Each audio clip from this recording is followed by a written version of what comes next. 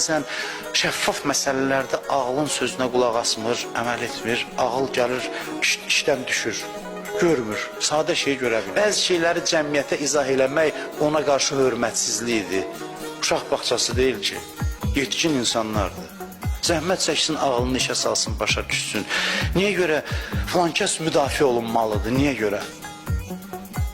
Hər şeydə elə hər məsələni açıb aşkar qoyasan, qoymayın cəmaat azsın, cəmaat zəhmət çəksin, azmasın. Peyğəmbər bir üstünə qədər sükut eləyib, gəlib deyirlər, ya Rasulallah, Allah sənə münafiqləri tanıtdırıb, bizə denən canımız qutarsın, deyir, yox, olmaz. Gedin zəhmət çəkin, ağlınızı inkişaf elətdirin, ağzını açanda bilin münafiq.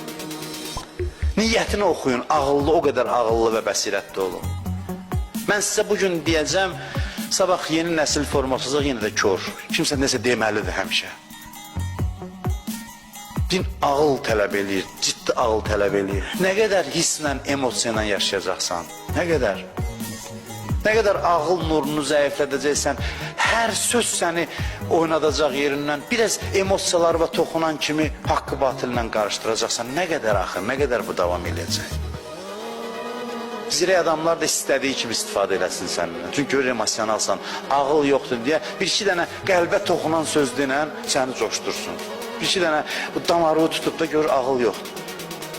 Ağıl yoxdur, istənilən səmtə, emosiyasını təhrik elə, istənilən səmtə gedəcək.